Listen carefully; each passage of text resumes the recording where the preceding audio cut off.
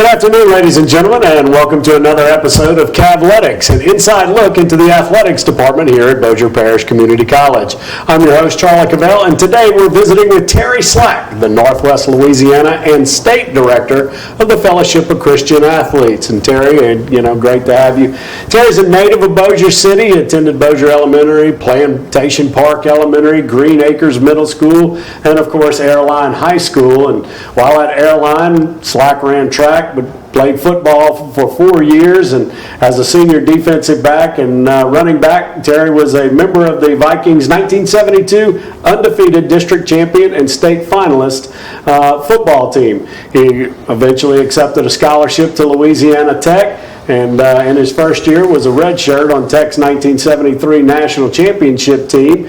1974, the Bulldogs won the Southland Conference title, and they were voted as the UPI national champion.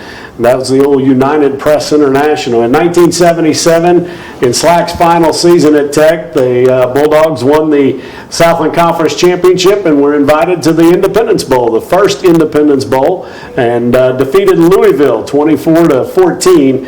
And after completing his master's degree in the fall of 1978, Terry joined the Airline High School coaching staff at his alma mater and was eventually named head football coach in 1984. And his squad finished 1-9 in that first year. But just 2 years later, Slack and the Vikings were the district champions with a 9-1 record, and he was voted the city, area, and district coach of the year for 1986. In 89, he joined the Louisiana Tech coaching staff as a graduate assistant, but stepped away from coaching in the fall of 1990 to answer his call to full-time ministry in the Fellowship of Christian Athletes. Slack became the North Louisiana director in 1993. He and his wife Peggy work alongside each other, along with their son Hayden, who is now a member of the FCA staff. So Terry, all of that said, welcome to Cavletics. Well, thanks, Charlie. That's a lot of the things you said. It brings back some memories. But I really enjoyed my coaching time, my playing time at Tech, my time at Airline. It's been a while ago now, but really am blessed to be able to do this ministry of the Fellowship of Christian Athletes in our area. For those of you that may or may not be familiar with the Fellowship of Christian Athletes, it's an international, nonprofit Christian sports ministry. The FCA works with athletes and coaches at the middle school, high school, collegiate, and professional levels to use the powerful medium of athletics to impact the word of Jesus Christ. And I touched on what FCA is just there, but in your own words, can you tell us about the mission and the purpose of the Fellowship of Christian Athletes? Yeah, Charlie. Our ministry is to and through the coach. I usually, when I talk to an adult group in particular, I'll ask them to name the top 3 most influential people in their life other than their parents, and almost everyone has a coach or a teacher on that list. So our target when we go on school campuses, that's where our ministry is, on really elementary, middle school, high school, and college campuses. We go to see the coach, and our ministry is to and through the coach. We think the coach, if they catch the vision of FCA and of course the gospel of Jesus Christ to take it on that campus, then they'll impact the whole campus. So our mission is to reach every coach and athlete for Christ. Well, we heard that the FCA is a nonprofit organization. Well, how does the Fellowship of Christian Athletes be able to maintain a staff? How is it funded? Yeah, it's funded by people that are moved to give to the ministry. We have to raise all our support, and every staff member in our state knows that coming in, and we do as well a job as we can to train them about raising their funds. So we have people that give monthly to us, and then we have those that support us annually with larger gifts. They also support our banquet and our golf tournament, Independence Bowl breakfast, different things we do throughout the year. So that's how we're funded, by people that are moved to give. Well, that's outstanding. How long, Terry, has the FCA been active in Northwest Louisiana? I'm sure it was there before you. Yeah, it was. It was. Not many things were before me sometimes, I think. But yeah, it's FCA is really kind of a cool year here. November of this year will be the 65th anniversary of the beginning of FCA. FCA was started up in Oklahoma by a basketball coach that saw athletes selling cigarettes and beer and shaving cream and using their influence for that. And he said, why can't an athlete use their influence for their faith? And so he had this vision of the Fellowship of Christian Athletes. It's a really neat story. He drove all the way up to Pittsburgh and talked to Branch Rickey about FCA, told him his dream. He didn't have an appointment. He just drove his whole family up there, and he sat and waited in Branch Rickey's office. And was hoping to get 5 minutes. And 5 hours later, he comes out of that meeting, and Branch Rickey wrote the first check to the Fellowship of Christian Athletes for $5,000. And that's how it started. Getting to Northwest Louisiana or North Louisiana, it got here in about the mid-'60s. Some men realized what FCA could do on our school campuses, off the church campus, and they began to meet and plan. And Lynn Mitchell, who works for us now, is one of our staff that is a retired coach, and he was the first staff person in our area to really get things going in the early 70s. So that's the history of FCA here. We talked about that 60 year, but 30 years ago, and it's hard to believe, 30 years ago, you felt a calling. You left the coaching profession, something that I know you had been heavily involved. That's kind of where we first met. Yeah. You saw the call 30 years ago to leave coaching full time. What drove you to the FCA? Well, I guess I'll go back to in the 9th grade at Airline High School. My coach invited me to an FCA meeting, and I didn't know what FCA was. I went to that meeting, and that really started me on a journey. Back then, I didn't really think about how that would impact my whole life. But I was involved with FCA, and as soon as I got to Louisiana Tech, I had a coach come up and tell me about FCA at Louisiana Tech. I was involved there. When I was coaching, I was the sponsor of FCA on our campus. It was just that important to me. And I'm sure a lot of people outside of looking in thought, man, this guy would be a natural to work for FCA. I actually was asked by some local men here if I would consider that, and I had said no a couple of times because I wanted to coach. And I loved coaching, but the third time they asked me to pray about it. And I went home and I told my wife about it, and we prayed about it. And I just felt led that we would come to FCA and do this work for a year. I gave them a year. I said, next summer we'll pray about it. Well, of course, that's been about 30 summers ago. And so I'm in my 30th school year of representing the Fellowship of Christian Athletes as we go out there. And I've been just blessed beyond my anything that I could imagine, how this has been just a wonderful life journey, and again, just so blessed to be able to do this. Well, we talked about Peggy, we talked a little bit about Hayden and Lynn.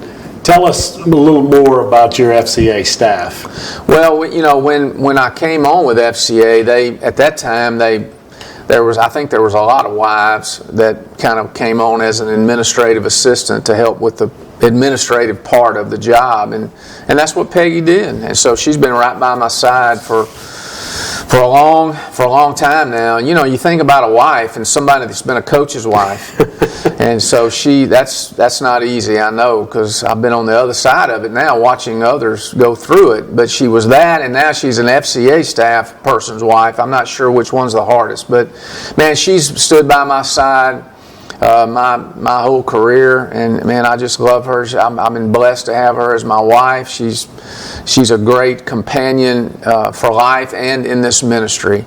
Hayden was born in 1990. When I felt the call to FCA, and never dreamed that he would really work by my side. But what a blessing that's been for him to work by my side and to feel God calling him to this ministry of FCA. And then I've already mentioned Lynn. Lynn's a retired coach.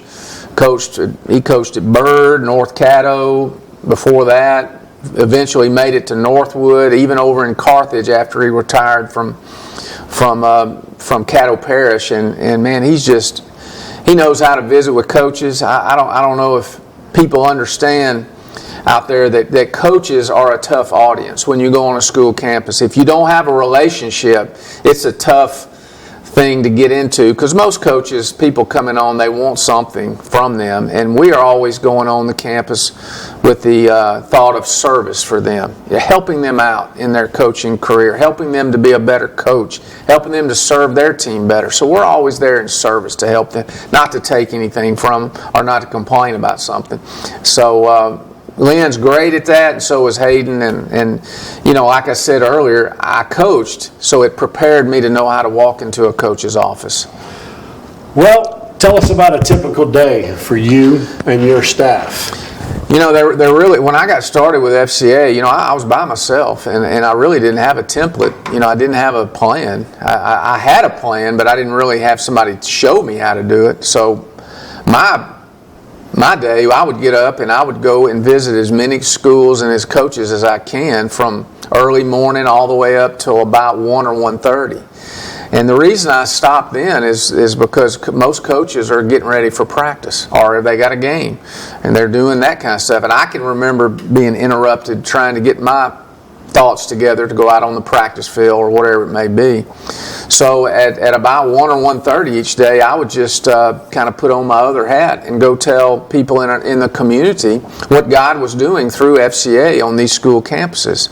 And so that was the opportunity for me to ask them to fund, to get involved, to invest in FCA. We use that word to our donors, that they would invest in the ministry of FCA. It's God's work. It's not ours. We're His instruments, and so I would do that the rest of the day, and I might stop that at 4 or 4:30 and go take a breath and kind of plan the next day. And for many years, that's exactly how I did FCA and how I worked in FCA. And I've told many of our new staff that that's a plan that works if they'll stay with it. So, what age groups of student athletes are involved in FCA? Yeah, it's really mostly middle school, high school, and college. I mean, we do have some elementary schools going around the area because they've asked about FCA on their campus, and we don't ever say no to anybody, but it's really designed for middle school and up. But so we do have younger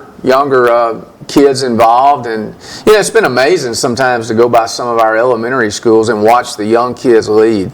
You know, we'll hear from a high school student sometimes, or a middle school, about, you know, they're a little, you know, it's an uncomfortable position to step up and lead. But man, I've seen 5th graders, 4th graders step up in some schools and just do a marvelous job at it. And we have great leaders on our campuses. They do a great job. But it's really for all ages. We even have an adult group that meets. So it's for adults. You don't really finish FCA when you get out of college. It goes into adulthood that you can be involved. There's a place for you. Where do most of the FCA meetings take place, and how are they structured? Is it just the student athletes, the coaches and administrators, or can regular students be involved as well? Do they have to be an athlete? Yeah, our story on that is, you know, we like for our FCA huddle groups to be student-led. I mean, we've always promoted that it's student-led. But I was a coach, so I understand how the school system, you know, the kids are in any kind of club they have, they're going to have supervision. So there'd be a faculty representative. So we try to get a coach, teacher to sponsor, more than one that would sponsor the campus-wide group. And the structure is different for every campus. Oh, okay. We have a lot of our FCA groups that meet before school for maybe 30 minutes, once a week. We encourage once a week. Not all of them can do that.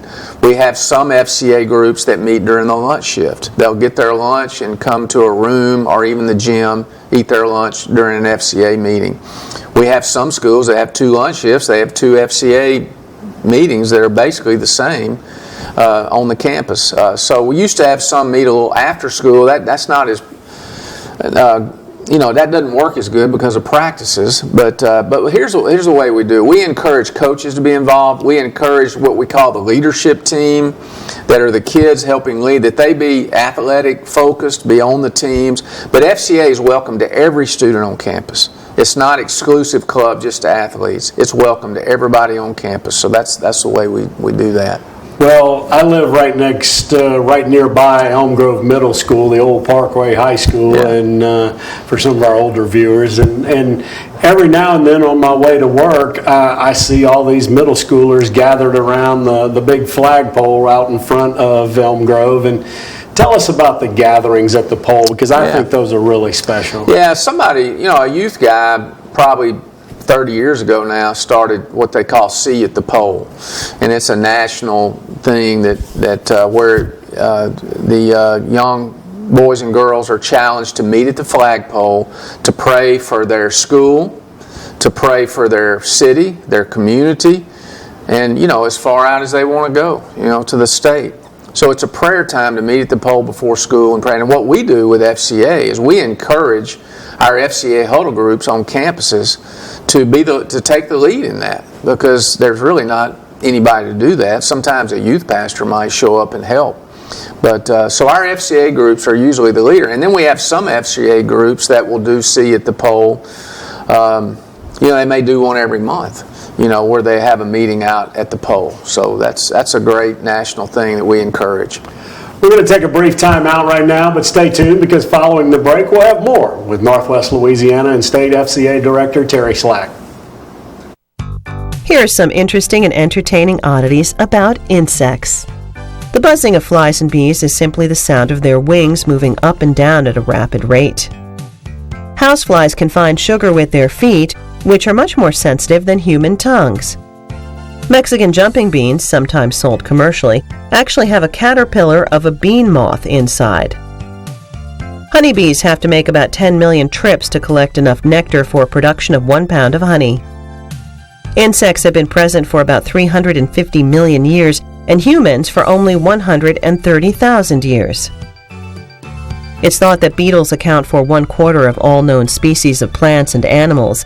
There are more kinds of beetles than all plants. To survive the cold of winter months, many insects replace their body water with a chemical called glycerol, which acts as an antifreeze against the temperatures. Vladimir Nabokov, a famous Russian author, collected butterflies and actually named, as a new subspecies from the pine barrens of the northeast United States, the Kamar blue butterfly. While humans have about 790 distinct muscles, grasshoppers have 900, and caterpillars may have as many as 4,000 separate muscles. The ant has the largest brain in the animal kingdom in proportion to its size.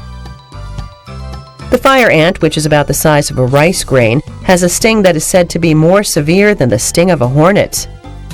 The fossil dragonfly Meganura, that lived about 250 million years ago, was probably the largest insect that ever existed. Its wingspan was over 2 feet. The Goliath beetle in Africa can weigh about 1/4 of a pound, making it the heaviest insect known. A tropical sticked insect can measure 13 inches from end to end, making it one of the longest members of the insect family. The compound eye of a housefly has more than 4,000 lenses. It's said that the number of chirps a cricket makes in 15 seconds plus 40 equals the Fahrenheit temperature. It's not unusual for an insect to be able to lift 50 or more times its own weight. Ants are social insects and live in colonies which may have as many as 500,000 individuals. We hope you've enjoyed these interesting and entertaining insect oddities. Imagine taking a child to the doctor thinking she has an infection, only to discover it's type 1 diabetes and your health insurance doesn't cover all the costs. That's what happened to 5-year-old Karis Bell. Fortunately, when health insurance is not enough, a HealthWell Foundation Pediatric Assistance Grant can help. The nonprofit group helps pay for Karis's supplies, including an insulin monitor and the co-insurance for her hospital and clinic visits. You can help change a child's life by giving to the Pediatric Assistance Fund at healthwellfoundation.org. Welcome back to Cavletics. I'm Charlie Cavell, and today we're visiting with Terry Slack, the State Director of the Fellowship of Christian Athletes. And before the break, we were talking about what is the FCA and some of the people and things that the FCA is involved in. Now we're going to kind of shift a little bit, and we're going to talk about the role FCA has here at Bossier Parish Community College. So Terry, can you tell us some of the history between the FCA and Bossier Parish Community College and BIPC Athletics and its involvement in the FCA? Yeah, sure. I mean, the thing I think of first is Mike McConaughey. You know, when he helped start the basketball. I mean, well, he didn't help. He started the basketball program. So the first, the years he was here, all in the 80s and 90s, we had FCA, and it met very similar to what we're doing right now. We meet at the noon hour, on Fridays, and it's open to anybody on campus. We have most of the athletic teams there. We have them all represented. And we really have been doing that since the 80s. Well, and Mike has. And when I started with FCA in 1990, we really emphasized that we would meet. And I think we used to meet on Wednesday. There was maybe a common hour where the kids had some time. And now it's Friday. But we've had an FCA pretty regular here since the late 80s, early 90s. It's been a part of the campus, surely. Is the FCA mission any different with college students as opposed to the younger students in high school, middle school, elementary school? We really don't think about it like that, but the college campuses around our state that have FCA, I mean, it's a different, it's a little more intense on trying to help them be the men and women that God wants them to be. We just try to point them in the right direction. I mean, really, we feel like once they're involved in FCA in college, I mean, they're going to step out into their career, and they're, having a family, and they're going to have an opportunity to not go to church or go to church, raise their family in church. We encourage all of our student athletes that come to FCA to be in a Bible-believing church. FCA does not take the place of church. But the opportunity that we've had here at BIPC, we meet at LSUS, we meet at Centenary at different times. It's just, it's not really any different structure. It's just a little more of the gospel message given more clearly to them to make sure that they have the opportunity to receive that. We have a college athlete retreat that happens every January out at Camp Bethany. And that's a great event. We have all the colleges from Louisiana are represented, and it's always good for them to come. You mentioned the meetings right now that's going on at this time over in the Coach Billy Montgomery Gymnasium with a group of BIPC athletes and coaches, and typically you bring a guest speaker. Hayden's there, your son. Who is there? Is there a guest speaker speaking today? Yeah, Marcus Briggs from River Park is speaking today. We've had the youth pastor at Elizabeth Baptist. We've had Cody Tabor from First Baptist Bossier. What we've tried this year, and we try this on all our groups that meet, is we encourage them to do a Bible study with their group. So we did that last week. The kids divided up some of the leadership team for BIPC, which is a baseball, basketball, cross country, softball. Some of those athletes help run a Bible study with the kids. So we do that occasionally, not just having a speaker every time. Well, you have a big event coming up on October 29th, the FCA Founders Awards Banquet. Tell us about the banquet, and this year the guest speaker I know is former Major League Baseball star Darryl Strawberry, who spent 17 years in the big leagues, an 8-time All-Star, won 4 World Series. Tell us about the banquet and what it means to have a guy, and extrapolate a little bit on Darryl's story. Yeah, Darryl has an amazing story, as most people know if they follow him. He spoke at an FCA banquet down in South Louisiana several months ago. I was able to go down there and hear him, and man, his story was it's really kind of heartbreaking, really, but it's one of redemption, how God got a hold of his life and really changed him completely around. He's preaching now and is traveling the world and speaking. And so he is outstanding. Don't miss it. October 29th, Bossier Civic Center. It's free. It's easy to find on our website, information. And in the short time that we have remaining, any other events that you want to tell us about that you might have upcoming? We do Fields of Faith in October. A lot of the schools are involved in that at their stadium or their campus. We have Independence Bowl, FCA breakfast, a golf tournament in the spring. There's a lot of events. I'd say go to nwlafca.org to get information on those.